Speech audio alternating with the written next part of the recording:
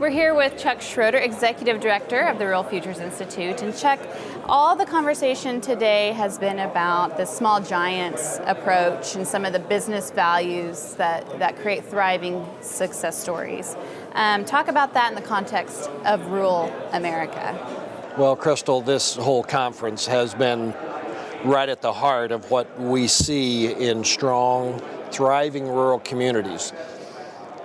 They're all about small giants. When we think of the fundamental characteristics that have been described today that are key to small companies that choose to be great, not big, we see those very same characteristics in great rural communities.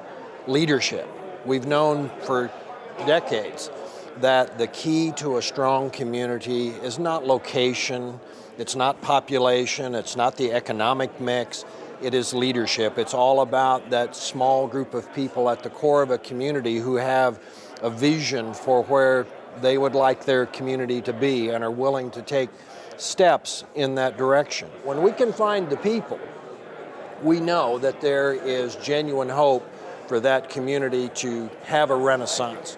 And we see miraculous stories of communities that are far from an interstate, that have small populations, down to 200 people or whatever.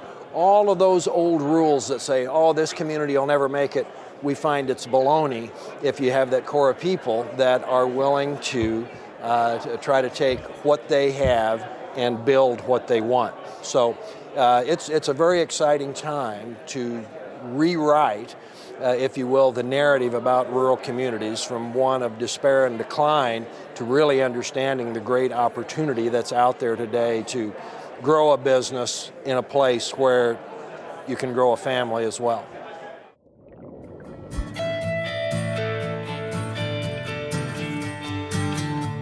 My biggest takeaway was probably like we talked earlier today. In high school and college, I had a lawn and landscape company.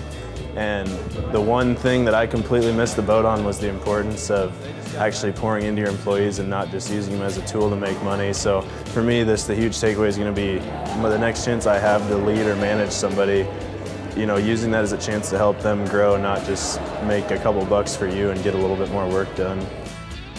The next step for me is going to be continuing to build the foundation for what I want to do for the rest of my life, and developing myself as an individual, developing the people that I know in my network in the industry, so that my return on investment isn't going to be in dollars 5 years from now. It's going to be in connections and relationships, and in turn, hopefully that'll turn into more success for my business.